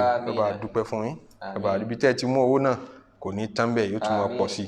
Nígbà tí àwọn èèyàn wá ṣe ìrànlọ́wọ́ tọ́pọ̀ fún wa nígbà tó padà di February àwa jáde announce torí pé tá a bá ti ń rà láti àwọn owó yẹn ẹni tó sẹ́ndì owó kò ní mọ̀ nípa àtìrí àfi ká jí kọ́ mọ̀ pé àrùwò rẹ̀ tó àwọn kọ̀ọ̀kan mẹ́sẹ̀jì wa ń pèsè tìrí aṣọ fún wọn pa àtìrí àwọn tí ọ̀wá mẹ́sẹ̀jì wa àfi ká ṣe show kan tí wọ́n fi mọ̀ pé acknowledge nípa àtìrówó wọn ìyẹn ló jẹ́ ká fi yẹn dúpẹ́ ká fi ṣe rẹ́kọ̀dù tá a ṣe sẹ́yìn ní àṣeyẹn ní February 16 ọdún yìí. So láti ìgbà náà àwọn èèyàn tún wá ṣe ìrànlọ́wọ́ tọ́pọ̀ tá a tún fẹ́ dákọ̀ tiwọn náà láti fún wọn láti mọ̀ pé àti rí ìránṣẹ́ wọn àti wípé láti wá fẹjọ́ yín sùn lọ́hùn ọba tó nìkẹ́ lọ́dọ̀ kó lè bá wa dúpẹ́ fún yín kó lè bá wa bùkún yín ọlá títóbi Ọlọ́run. Èmi ṣe bí tí n bá dé Nàìjíríà tí mò ń palẹ̀ máa ti lọ láìpẹ́ ni màá ṣe live video nínú mọ́ṣáláṣí ọ̀hún gẹ́gẹ́ kì í ṣe live video láti dákọ̀ ẹ̀yin tẹ́ tó ràn wá lọ́wọ́ láti dúpẹ́ fún yín tẹ́ mọ̀ rí ibi tá a bá ṣẹ́ dé. Ẹrú Ọlọ́run kan láti UK ọ̀rọ̀ náà ká àwọn lára kọjá bó ti ṣe mí làwọn bá bẹ̀rẹ̀ sí ní mọ post ẹ̀ sínú gúrùpù káàkiri pé ọ̀yá káwọn èèyàn tún mọ̀ ràn wá lọ́wọ́ o. Ọ̀pọ̀lọpọ̀ ti rí fídíò ibi tí iṣẹ́ dé láwọn tán bá wà nínú àwọn gúrùpù weekly reminder wa láti rí ìkíní dé rí ìkẹjọ ibi gbogbo ẹ̀ náà ni wọ́n ti post fídíò náà sí kọ́lọ́mọṣá gbà lẹ́sìn fún wa. Alájà wa Ọlálérè Yétúndé Hamdala ní on 16th February wọ́n sẹ́ndí 30,000 naira sí wa ọlọ́mọba dúpẹ́ fún yín. Alájì wa Abdulwahab Adétúnjí Lukman wọ́n fún wa ní 100,000 níjọ́ náà. Same day Alájà wa Husseina Yewande wọ́n fún wa ní 55,000 naira 500 làwọn náà sẹ́ndí sí wa ní ọjọ́ náà. Gbà tó di 18th of February Alájì wa Yusuf Maruf wọ́n fún wa ní 5,000 naira ọlọ́mọba dúpẹ́ fún yín o ọlọ́mọba bùkún gbígbàdúrà yín ọlọ́mọba àbùkún ọlá yín. Mo rí mẹ́sẹ̀jì kan nìkan béèrè account number ó wà ẹ bá ti wo péjì wa yẹn rí background picture tá a gbé síbẹ̀ fundraising fún mọ́ṣáláṣí wa account number wà ń bẹ account detail wà ń bẹ tẹ́ bá ti wo first post lórí péjì wa rí ta pin ní announcement yẹn síbẹ̀ ó wà ń bẹ dodo detail ní ń bẹ UBA account lẹ́ máa rí ń bẹ. Alájì wa Alábẹ́rẹ́ Mansour Hanafi àwọn ni mò ń dọ́dún sọ̀rọ̀ wọn lẹ́ẹ̀kan wọ́n tún wá fún wa ní lẹ́yìn àwọn ìdásí tán tí wọ́n ń dá sí lọ́pọ̀lọpọ̀ tá a mọ iye tó jẹ́ wọ́n tún tún wa ní 20,000 naira míì wọ́n tún wa fún pé kélé yìí jẹ́ ti mọ́ṣáláṣí nìkan lọ́nba àdúpẹ́ fún yín o bí tẹ́ ti mú kò ní tán bẹ̀. Alájì wa Ridwanullah láti Germany wọ́n sẹ́ndì 10,000 naira sí wa ní on 19th February jazakumullahu khairan. Ọlọ́run lè fi ń bá dòwò pọ̀ kì í ṣàwá o ilé Ọlọ́run ọba lè ń contribute sí Ọlọ́run jẹ́ bá níbi tó lérè o yọ kọ́lé alárádẹ̀ yín náà lálìjánnà gbogbo ẹ̀yin tẹ́ dá sí. Ní on 20th àti 21st February la rí owó Alájà wa Rashida Bọ́lá Adéwuyì wọ́n fún wa ní 20,000 naira Ọlọ́run bá dúpẹ́ fún yín bá wa san yín lẹ́san lórí o. Nígbà tó di 22nd of February a rí owó Alhaji Mashhood Ahmed Abiodun 36,000 naira jazakumullahu khairan Ọlọ́run bá dúpẹ́ fún yín. Nígbà tó di 26th of February a rí owó Alhaji Ọláyínká Alájà wa Ọláyínká Mariam Odúfádé Mohibat wọ́n fún wa ní 50,000 naira Ọlọ́run bá dúpẹ́ fún yín oore yín ó máa pọ̀ sí àánú Ọlọ́run lérí yín ó máa pọ̀ sí. Ẹrú Ọlọ́run kan wá fún wa lówó mo kọ sórí ẹ pé don't mention name mo kọ ọkọ náà síbẹ̀ àmọ́ mo ní mo don't mention torí wọ́n sọ fún wa pé ká má dàkọ àwọn káwọn bẹ̀ wá pé àgbọ̀dọ̀ dákọ̀ o wọ́n fún wa ní 50,000 naira Ọlọ́run bá lékún àlùbáríkà yín o bá lékún oore yín o wọ́n ṣe yẹn ní 1st of March. Bẹ́ẹ̀ ni on 2nd March a receive owó Alájà wa Sidika Balógun Alábà Ọmọtáyọ̀ 50,000 naira wọ́n fún wa jazakumullahu khairan Àmín. ọlọ́run bá san yín lẹ́san lórí. Àmín. nígbà tó di ijọ́ kẹrin oṣù March la receive owó alájà wa ọmọwọnú ọlá àjọkẹ́ Hakeem wọ́n fún wa ní owó 3,000 naira ọlọ́run bá dúpẹ́ fún yín o kò sí èyí tó kéré o kò sì sí èyí tó pọ̀ jù ọlọ́run bá dúpẹ́ ládá tó bẹ́ẹ̀ níwájú ọlọ́run tó tún jù bẹ́ẹ̀ lọ ọlọ́run bá ṣe fún yín. Àmín. nígbà tó di on 6th oṣù March alájà wa Hafsa Ọlájùmọ̀kẹ́ Adams wọ́n fún wa ní owó 5,000 naira mo ṣe bí àwọn ọmọ wa náà wọ́n ti ṣe ìdásí ṣáájú tẹ́lẹ̀ wọ́n tún fún wa sí ọlọ́run bá lé yín kún lórí o Àmín. bá lé yín kún lọ́lá àtọ́lá Àmín. ọlá tí tóbi ọlọ́run àtàánú ọlọ́run. nígbà tó wà di Hayyakumullahu. 27th of March la receive owó àwọn alájà wa Hafsat Ọlájùmọ̀kẹ́ Adams àwọn náà wọ́n tún fún wa lówó wọ́n tún fún wa ní mi wọ́n tún fún wa ní 5,000 naira ọlọ́run bá lé yín kún lórí o bẹ́ẹ̀ tí ń dá sí i ọlọ́run máa dá sọ̀rọ̀ tí yín náà kò ní pa yín tì. bákan náà alájà wa Hafsat Ọlájùmọ̀kẹ́ Adams again ní ọ̀ntọ́dì oṣù April wọ́n tún fún wa lówó 10,000 naira ọlọ́run bá dúpẹ́ fún yín ọlọ́run bá dúpẹ́ fún yín. ìgbà tó di on 6th April a receive owó alájì wa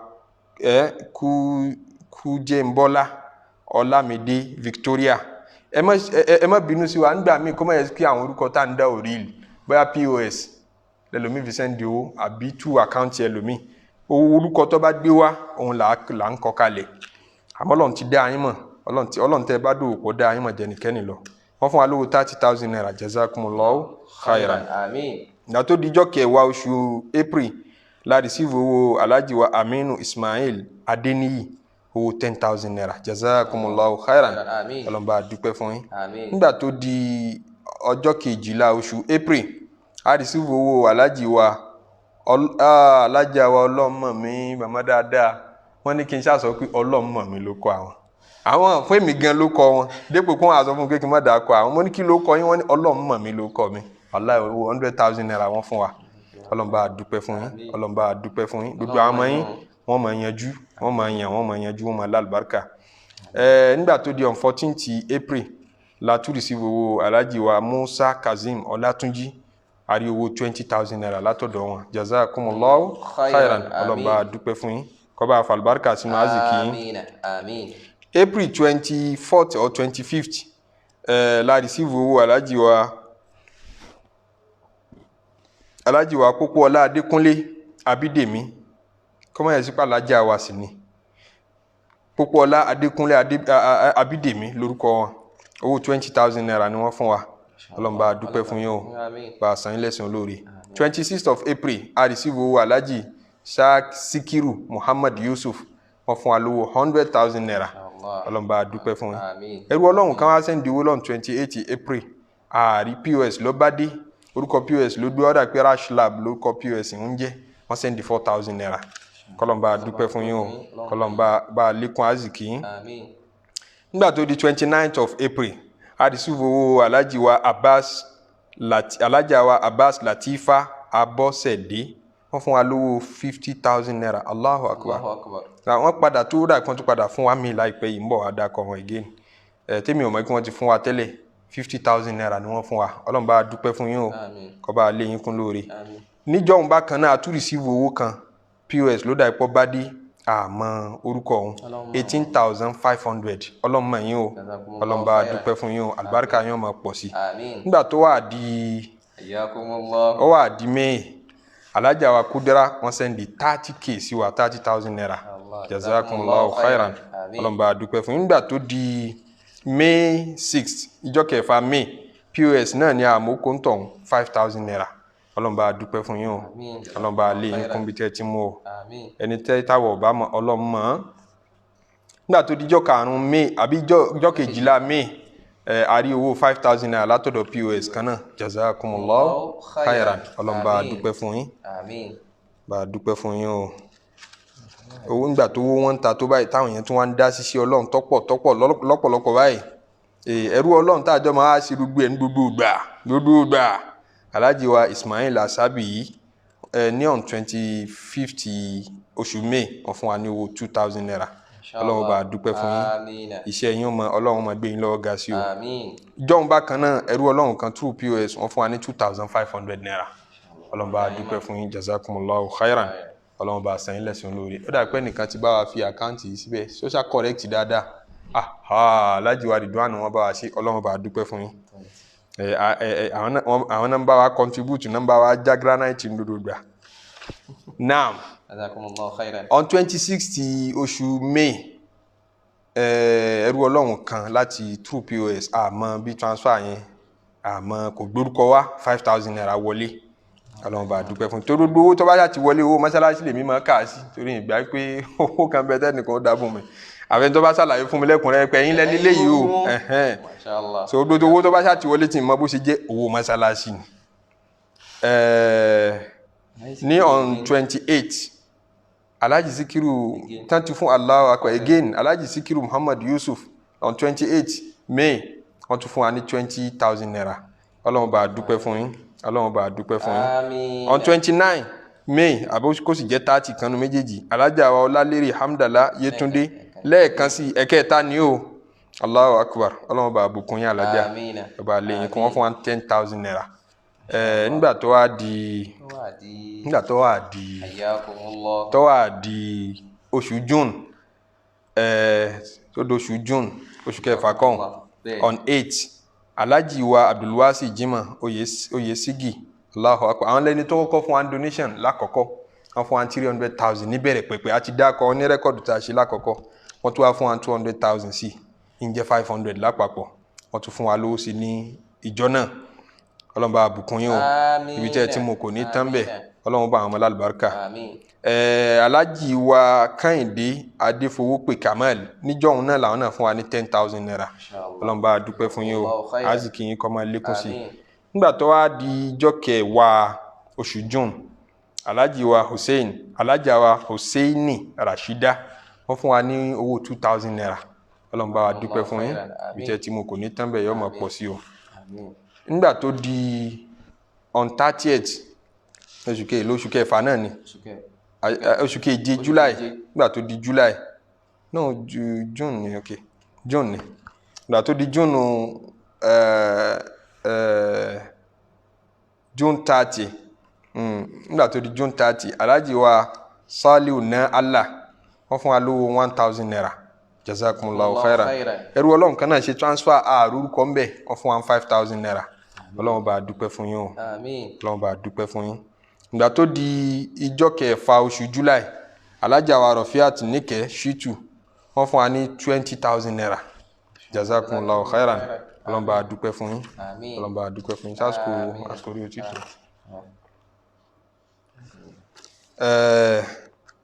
tó fi wá di September September 9 tàbí September ní 9 sorry September 8 ijọ́ kẹjọ oṣù September tí wọ́n ṣe announcement tí wọ́n ṣe recently tán post ẹ̀ sínú àwọn group làwọn fund mi tí wá wọlé lóríṣiríṣi Alhaja wa Àkànkẹ́ láti UK wọ́n sẹ́ndì 56,000 naira sí wa ọlọ́run bá dúpẹ́ fún yín Alhaja o ọlọ́run bá pẹ̀lú yín níjọ́ òun bákan náà Alhaji wa Yusuf Jimoh wọ́n fún wa lówó 1,500 naira gbogbo ẹ̀ la rìkọ́ọ̀dù ẹrú ọlọ́run kan níjọ́ tó tẹ̀lé ẹrú ọlọ́run kan ní on 9 ijọ́ kẹsàn-án oṣù September wọ́n ní ìgbọ́dọ̀ dákọ̀ àwọn o wọ́n fi gbogbo nǹkan bẹ̀mí kí ìgbọ́dọ̀ dákọ̀ àwọn o wọ́n fún wa lówó 1 million naira ọlọ́run bá dúpẹ́ fún yín ọlọ́run bá dúpẹ́ yín tẹ́ fẹ́ fira níwájú ọlọ́run mọ̀ ọlọ́run máṣá tà á fún yín kó tún lé sí lóore tí ó pọ̀ tí ó pẹ́ àwọn ọmọ yín kọ́lọ́run dá wọn sí kí wọ́n ṣàlùbáríkà láyé kẹ́mi wọn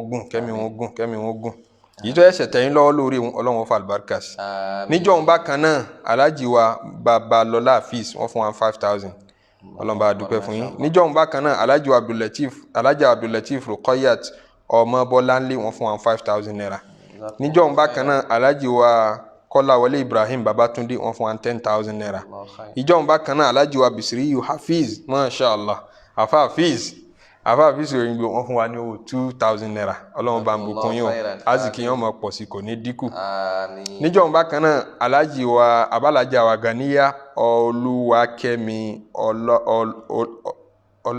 ọlọ́jẹ̀dé wọ́n fún wa lówó 5,000 naira ọlọ́run bá dúpẹ́ fún yín Alhaja o ọlọ́run bá dúpẹ́ fún yín o bákan náà níjọ́ náà Alhaji wa Ismail Taiwo Bello wọ́n fún wa ní ẹrú ọlọ́run kan sẹ́ndí 30,000 aláàtì rẹ̀ ní wò lọ́kàn a máa ka orúkọ pẹ̀lẹ́pẹ̀lẹ́ torí fóònù tá ń lò náà ni owó wọlé sí bàbá ní àkà síta yóò stop rẹ́kọ̀dù tá ń ṣe ọlọ́run ti mẹ̀yìn náà yóò bá dúpẹ́ fún yín. ẹ̀yin tẹ́ bá fẹ́ pè wọlé àǹfààní bẹ́ẹ̀ wà ẹ jẹ́ àdọ́hùn yẹn ilẹ̀ ń dọ́hùn wa gbogbo gbà ọlọ́run bá dúpẹ́ fún yín. nọ́mbà tẹ́ pè wá sí àti fi sórí announcement rẹ́kọ̀dù tá ń ṣe yìí jazakumullahu khairan. nbola kàdé alájà wa Ganiya Olúwakẹ́mi ọlọ́jẹ̀dí wọ́n fún wa 5,000 alájì wa Ismail Taiwo Bello wọ́n fún wa ní 10,000 naira ọlọ́run bá dúpẹ́ fún yín o. níjọ́ tó tẹ̀lé ìjọ́ kẹwàá oṣù September alájà wa Baruwa Abọlọ́rẹ́ Madina wọ́n fún wa 10,000 naira alájà wa Wulabi Zainab Fúnmi Adébáyọ̀ wọ́n fún wa 2,000 naira alájà wa Ajani Fatima Àṣàkẹ́ wọ́n fún wa ní owó 5,000 naira alájà wa Mustapha Latifa Àjọkẹ́ wọ́n fún wa ní 1,000 naira alájì wa Jimoh Murtala Àyìnlá wọ́n fún wa ní 2,000 naira alájì wa Akínkúnmi Adéwálé Saheed wọ́n fún wa ní 10,000 naira alájì wa Abdulkadir Túndé Salahuddin àbí Sadudin Lillah wọ́n fún wa 1,000 naira alájà Alige wọ́n fún wa ní 10,000 naira gbogbo yín pátápátá lẹ́ẹ̀mọ̀ sóríire sí ọlọ́run máa dá lọ́lá sí ọlọ́run máa gbàdúrà yín sí. alájà wa Rashida Afọlárin láti US wọ́n fún wa ní owó 50,000 naira ọlọ́run bá dúpẹ́ fún yín bá gbàdúrà yín gbígbàdúrà tẹ́ ń béèrè wọn ọlọ́run ó ṣe fún yín láìpẹ́ láì jìnnà. alájì wa Kudus Abọ́lájí Adéàgbò kámọ́sí pé ni o Adéàgbò àbí ọlọ́mọ alájì wa ọlọ́run bá bùkún yín 50,000 naira wọ́n fún wa ọlọ́run bá ṣàlékún orí yín ọrẹ ń ta ọlọ́run lérí yín ọmọ pọ̀ sí. alájì wa Òkè Sanjọ́ Sẹ̀míù Káyọ̀dé neon 11 wọ́n fún wa ní owó 50,000 naira jazakumullahu khairan. àwa dọ́dọ̀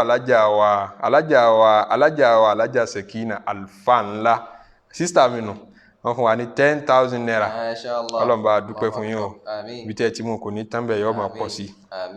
ìgbà tó di on 14th oṣù September bákan náà ọwọ́ last week kọ́hún alájà wa Idiat látàbíjàn wọ́n fún wa ní owó 30,000 naira ọlọ́run bá bùkún yín alájà ọlọ́run máa pẹ̀lú yín. níjọ́ kejì rẹ̀ on 15th oṣù September alájì Shitu Saheed Owólabí wọ́n fún wa lówó 2,000 naira ọlọ́run bá dúpẹ́ fún yín o bí tẹ́ tí mo kò ní tán.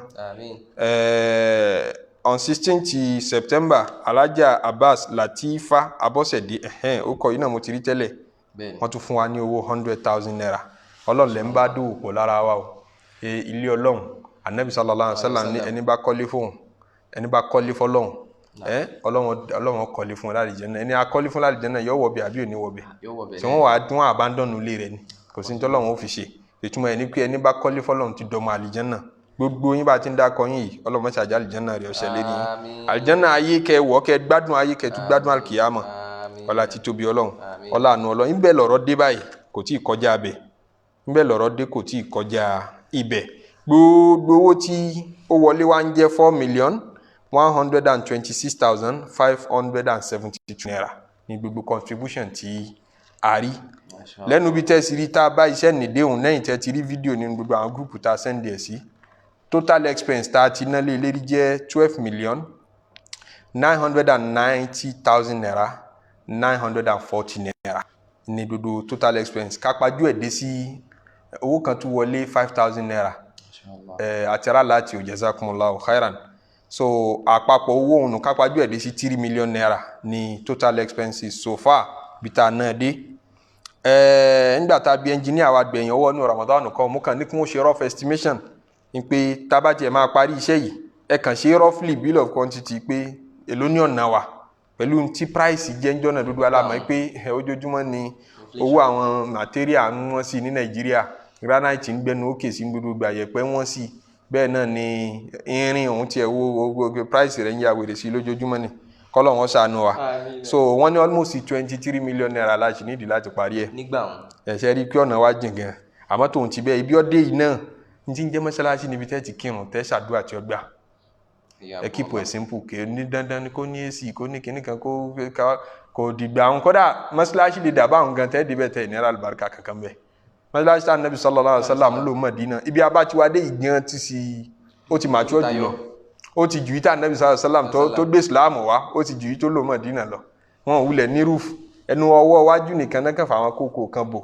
gbogbo yòókù ṣíṣí ilẹ̀ ni yanrìn ní orí yanrìn wọ́n ti ń kírun ọ̀tá ilẹ̀ ńlẹ̀ yanrìn tí ó máa gbóná lànàbí sàlám fi ni wọ́n máa wọ bàtà wá kírun inú súnà ọ̀run gbà náà ni pé ká wọ bàtà wá kì torí yanrìn ń gbóná ilẹ̀ ńlẹ̀ ń gbóná tẹ́ bá ní kẹ́ ẹ máa fẹsẹ̀ lásán kírun wọn a sì máa pẹ́ lérí irun a máa ka àwọn súrà tó gùn so yọ máa ní àwọn èèyàn lára ni wọ́n fi wọ bàtà kírun ní ìgbà náà ó sì lálùbáríkà ewu yí ọmọ tí wọ́n tọ́nu mọ́ṣáláṣí ọ̀hún ibẹ̀ ní gbogbo Abdullahi ibn Abbas ti kéwú Abdullahi ibn Umar ti kéwú gbogbo àwọn sàhábà tá nàbì tọ́ inú mọ́ṣáláṣí òun ló ti tọ́ wọn ibẹ̀ ẹ̀kọ́ tọ́kọ́ àwọn èèyàn inú mọ́ṣáláṣí òun ló dọ́dọ̀ tiwa làánà fi ń tú Al-Qur'ani là fi ń ṣe dúdú ẹ̀dẹ̀ ní so alibarika ò dúró lórí bó ní mọ́ṣáláṣí ṣe fẹ̀ tó bó lẹ ṣe design ẹ̀ tó bó lẹ ṣe kówó sí tó nígbà bá ti gbé structure kan kalẹ̀ ṣó sì ṣe kírun ṣe lé sálámà tẹ bá kírun bẹ́ẹ̀ ó ti tó so adúpẹ́ lọ́dọ̀ Ọlọ́run ibi abáde yìí Ọlọ́run ló ràn wá lọ́wọ́ débẹ̀ kì í ṣagbára wa kì í ṣètè wa à ń bá project míì náà lọ lẹ́gbẹ̀ẹ́ kan tá a announce òun tiẹ̀ òun ni project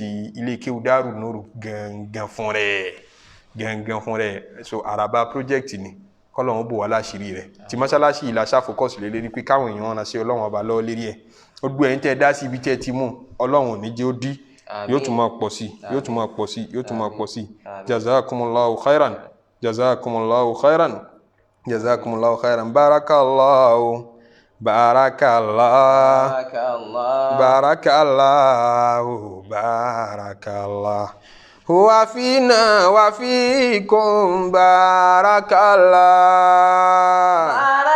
barakallahu barakallahu barakallahu barakallahu wa fina wa fikum barakallahu barakallahu barakallahu barakallahu barakallahu wa fina wa fikum barakallahu barakallahu barakallahu barakallahu barakallahu wa fina wa fikum barakallahu barakallahu barakallahu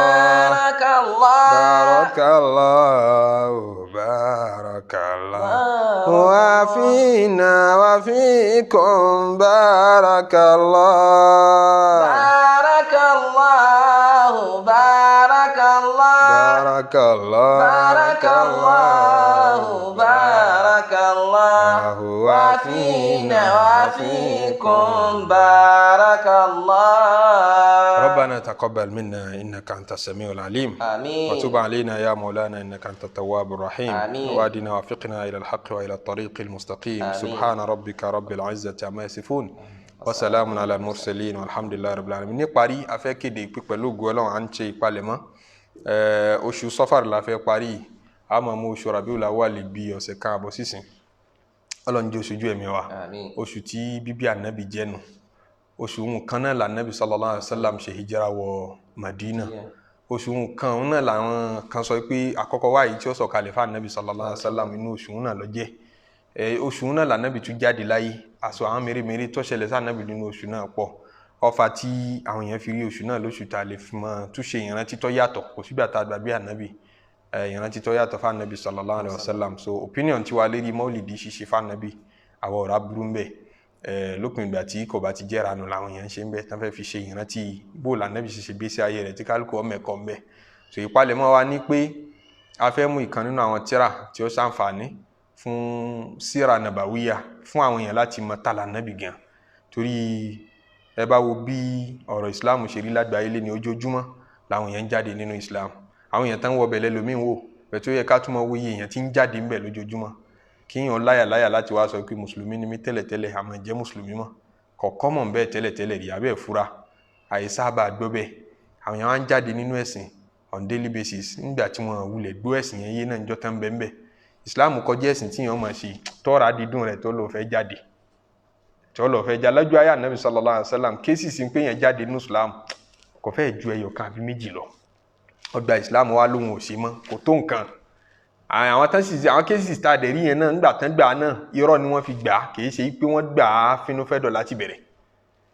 so àmọ́ kéèyàn gba Islam yọ wọnú ẹ̀ níjọ́ tí Herakli ń bi Abu Sufyan níjọ́ tá ànábì níjọ́ náà tí ń gbógun jà ànábì ó wá lọ sí Syria, ọba Syria wa ń béèrè lọ́wọ́ pé adúrú ẹnìkan ní ilẹ̀ Lárúbáwá lọ́dọ̀ yín bẹ̀ wọ́n ní pèrè lánàbì Ọlọ́run pé bóòlù ṣe jẹ́ gan ta ló súnmọ́ nínú yín tó lè ròyìn ẹ̀ fún wa. Abu Sufyan ní àmọ́lẹ́bí mi ni ọ̀dà dúdú tá a bá béèrè ń pa rẹ̀ mọ́ purọ́ o sọ bó bá ṣe jẹ́ fún wa. Ẹ̀sìn rẹ̀ tí ń ṣe yẹn nínú béèrè tó bí Abu Sufyan ni pé àwọn èèyàn ń wọbẹ̀ sí ni táwọn èèyàn bá wọbẹ̀ ṣé wọ́n máa jáde táwọn èèyàn bá ti wọnú ẹ̀sìn yẹn ṣé máa sú wọn ṣé máa ń rí àwọn kankan bẹ́ẹ̀ lè rí látọ̀kan tẹ́ ẹ bá súnmọ́ lẹ́tọ̀ọ́rí ṣe ǹjẹ́ Muhammad jẹ́ nìkan tó yẹ pé tẹ́ ẹ bá táwọn èèyàn bá súnmọ́ tán wọ́n ń torí pé àsopùrọ̀ ni. Abu Sufyan náà kóun mọ̀ purọ́ kóun mọ̀ jalè kóun mọ̀ kú lóòjọ́ súnà kóun mọ̀ kú níjọ́ Sunday táwọn èèyàn bá ti wọnú ẹ̀sìn yẹn wọn ì jáde o tán bá ti wọnú Islam wọn kì í jáde. So ẹni tó bá jáde nínú Islam ẹ jẹ́ àchẹ́kì ẹ̀ pé ó dà pé kò wulẹ̀ understand the Islam so àsìkò tó táàmù ju ìtàlá nàbì gẹ́gẹ́ sallallahu alaihi wasallam fara ayé.